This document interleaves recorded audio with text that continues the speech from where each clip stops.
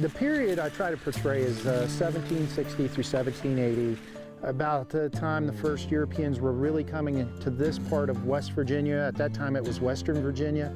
I try to go with the look. I try to use the same weapons that they would use. Everything I have, other than the moccasins I have on, is correct for that time period. Western Virginia at that time period, the known world ended at the Allegheny Mountains to the English European. That they knew nothing past the Allegheny Mountain front. They didn't know the Ohio River existed. It was a rumor. The French knew it existed, but they didn't. Most of your frontiersmen that come to what we call the middle ground, is between the Allegheny Mountains and the Ohio River, were outlaws, were deserters from the British military. They were the worst of the worst from England, Wales, Scotland, and Ireland. They were put on boats, sent over here.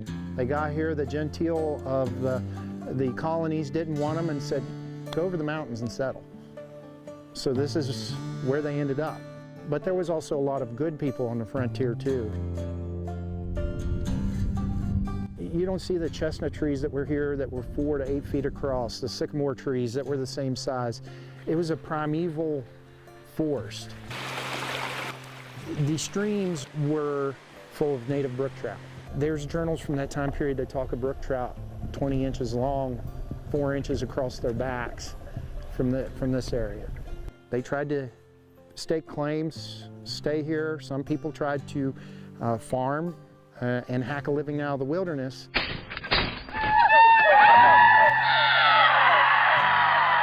That time period was pretty bloody. I mean, you didn't have a very good chance of probably surviving it if you were a family. You had elk, you had white-tailed deer, you had buffalo right here. But you also had wolves, mountain lions, the eastern panther, mountain lion. Every turn you were risking your life. Every step you took, you were risking your life. Over the last year, I wrote a book called The Middle Ground, and it's 14 short stories. Most of the stories come from true West Virginia lore, that people actually existed.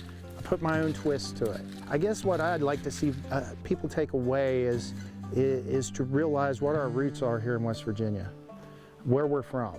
There was a little different history here, and if you start looking into other writers and flipping the pages, you'll start getting the true story here.